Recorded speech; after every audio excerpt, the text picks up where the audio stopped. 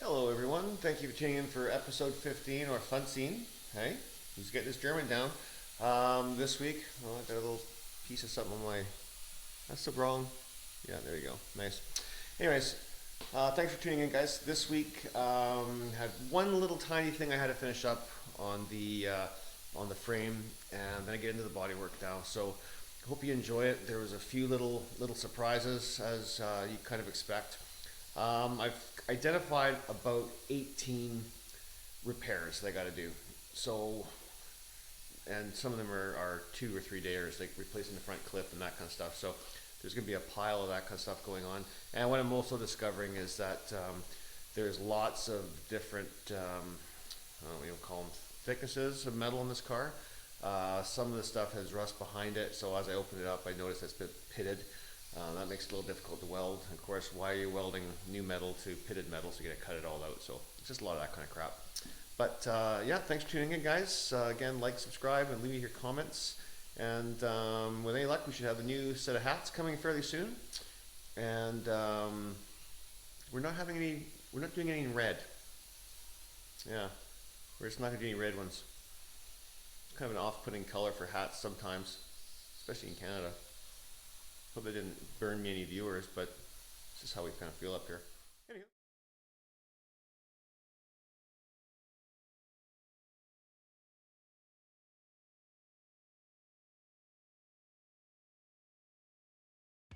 Well, we join our hero here, halfway through cutting open the hole and doing some initial measurements for this little piece of wood in this kick panel area, or door jamb, I guess it is. Like I said before, this is 1mm metal, so I've found myself a piece of 20 gauge steel here, which is just a little bit thicker, a little nicer to work with, a little tougher to bend, mind you. Hand forming it's a bit harder than 22 gauge, but it all comes together here. Again, these are just the first initial crude measurements to get it sort of where I can form at least what I'm working with.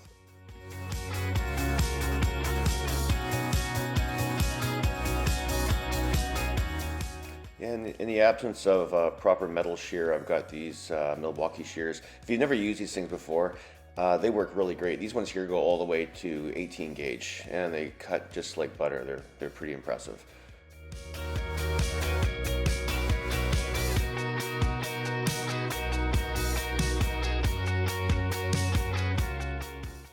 Just messing around a little bit with this spot here, and again, try to get the edges real smooth.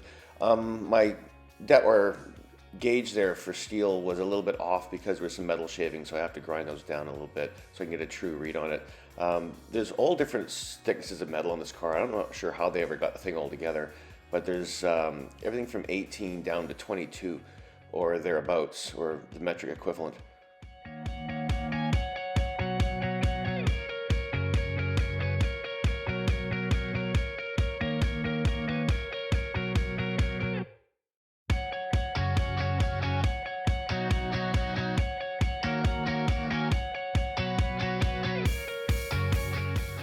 Okay, what I don't have a metal brake yet. So what I've done is I've made a couple of dollies here, just welded some angle iron, thick 1/4 inch angle iron onto another piece of metal, just as a bit of a hammer forming die, I guess. So that's what we do here. I just make a real crude measurement around the top, and I fold the thing over and just hammer it over. It actually works quite well. It's a little lumpier than I'd like. A brake would do a much nicer job, but until one of those things shows up, this is how we're going to be forming for a bit.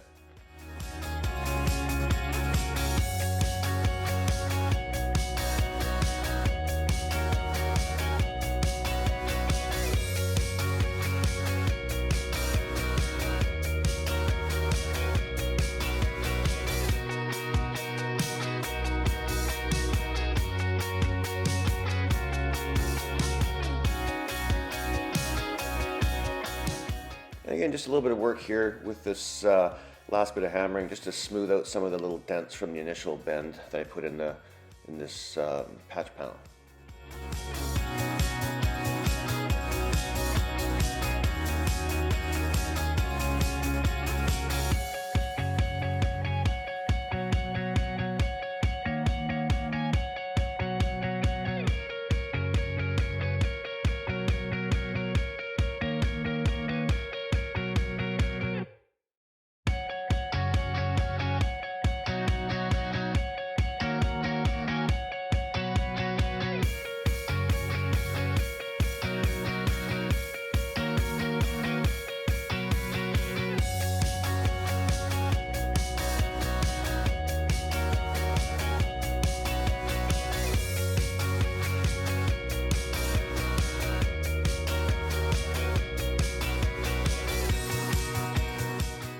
Fit, grind, cut. Fit, grind, cut. It seems that's all we do here for about 15 minutes is just fitting, grinding, and cutting. Camera angle adjustment there. Oh, no, it's going for a walk with me. Just to give you an idea as to how many times I had to do this little walk back and forth. This is about the 7th or 8th time. It's getting better, mind you. Trick is to make sure it fits absolutely perfectly with as few gaps as possible. The gaps just provide a place for the wire to poke through and make a bad arc, or you just push all your gas into the cavity and you end up with a crappy weld.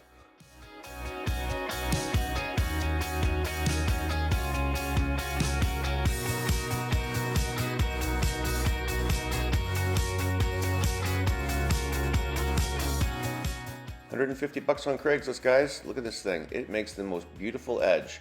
It gets hot, mind you. That piece there was, you could boil water with it when I was done with it. But it really did a nice job in that final bit of fitment to get the nice square edge on it.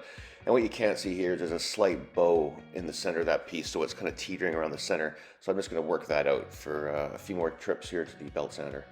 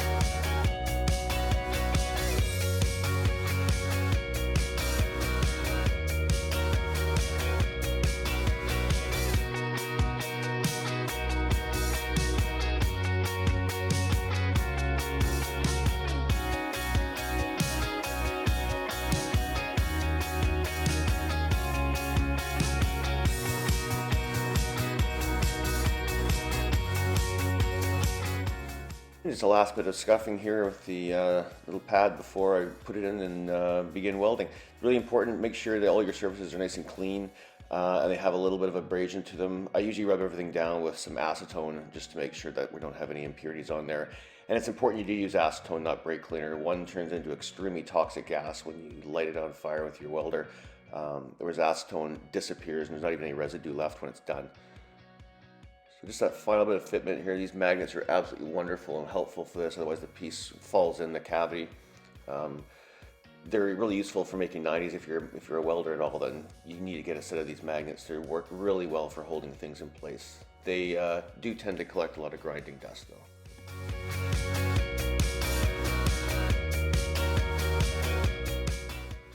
All right, we have a fire. So these tacks actually work out pretty good. Just a couple, just to make sure we're spot on with the relationship with the existing metal here. Just a few, just to hold it in place. I think that one was a crappy one, but you're bound to get a few when you do 150 spot welds to hold this thing on. And just more of the same.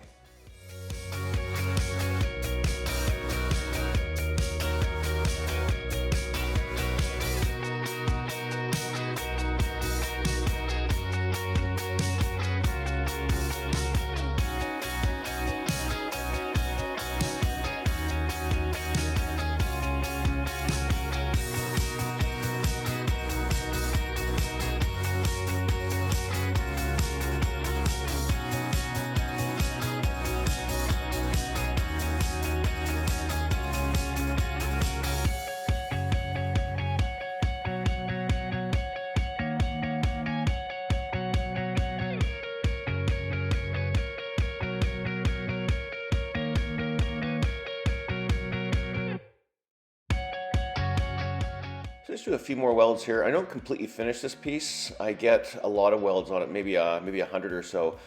Just get it close, and then I move on to something else. Not that I'm tired of it, I just don't want to overheat the area, so I figured, you know what, let's just let it cool down for a bit. I'll come back, do a little grinding, identify where the gaps are, and then do some more welding after that.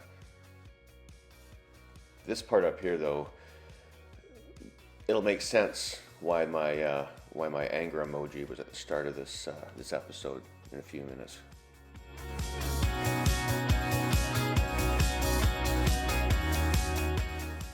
Rust is a funny thing. You think, oh yeah, that's not bad. It's about the size of a dime. Oh, there's a little one off to its side there on the right. Let's just cut that one out too. Then we'll get our little die grinder out here, or cut off saw, whatever you want to call it. And we start cutting, and we go, hey, wait a minute. That's not that hard to cut through. I wonder if there's any, nope, there's no metal behind there. It's all rusty. Or so we find out.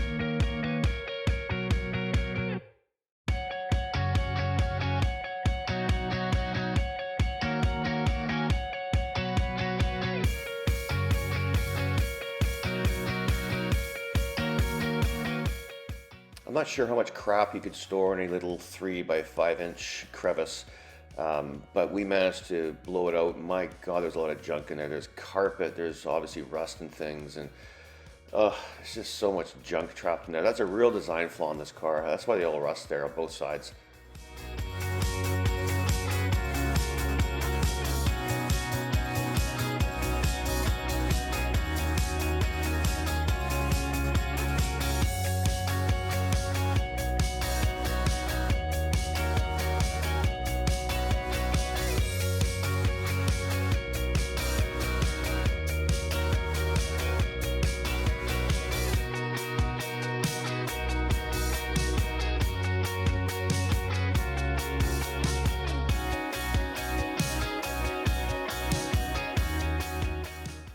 Well, here we are, making a little patch piece for there. Just so you guys don't yell at the screen or feel the need to, I don't actually put this piece in now. I'm just forming it now while I'm taking a break from cutting it again, letting everything cool down a little bit. So, yeah, we make this one piece here, and it takes a little bit of massaging because it's actually a compound corner. It goes, it bends around, and then it bends out, and then bends back on itself. So it's not the easiest little piece to form. And I don't put this piece in yet because I have all that metal inside there to treat before I close it up.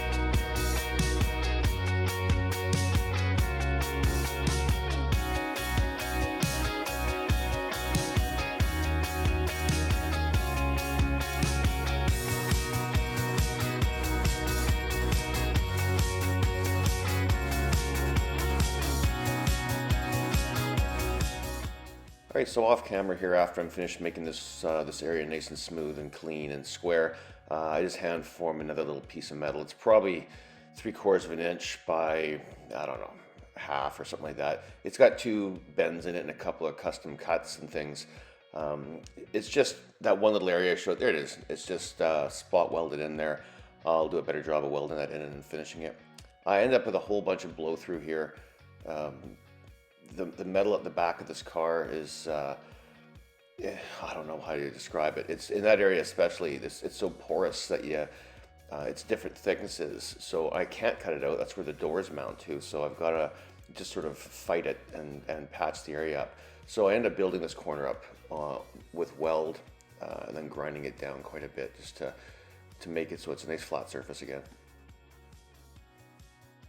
Well, just a little finish up with the welder here, and then we'll pack this one up. I know this has been an absolute thrill to watch. It was about as thrilling as it was for me to produce. But thanks for watching, subscribing, and liking and commenting, guys.